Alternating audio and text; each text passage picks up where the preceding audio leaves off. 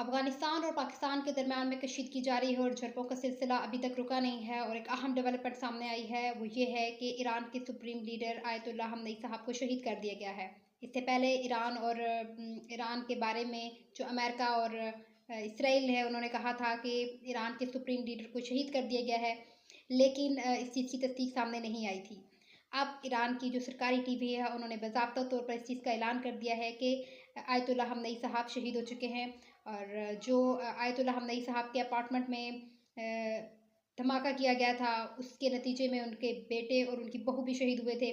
लेकिन आयतुल्लाह खamenei साहब की शहादत की इत्तला सामने नहीं आ रही थी, लेकिन अब बाकायदा तौर पर इस चीज़ का ऐलान हो चुका है। अच्छा, ये जो सुप्रीम जो लीडर है, ये 30 दहाइयों से इक़्तिदार में थे और एक बहुत फेमस लीडर हैं। और इनकी जो 30 दहाइयों से ही लोग ये चाहते थे कि उनको शहीद कर दिया जाए। उनके अंदरूनी दुश्मन और उनके जो बैरूनी दुश्मन थे, तो उनको बहुत ज़्यादा जान के खतरात लाहक थे, लेकिन वो मुख्तलिफ तरीके से अपने आप को सेव करते रहे हैं। लेकिन अब वो शहीद हो चुके हैं।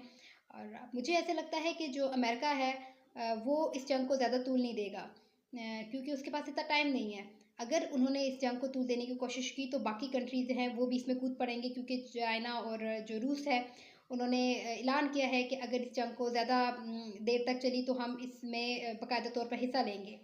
और जो ईरान की जो बंदरगाह है, जहाँ से तेल को पूरी दुनिया में सप्लाई किया जाता है, वो बंद कर दिया गया है।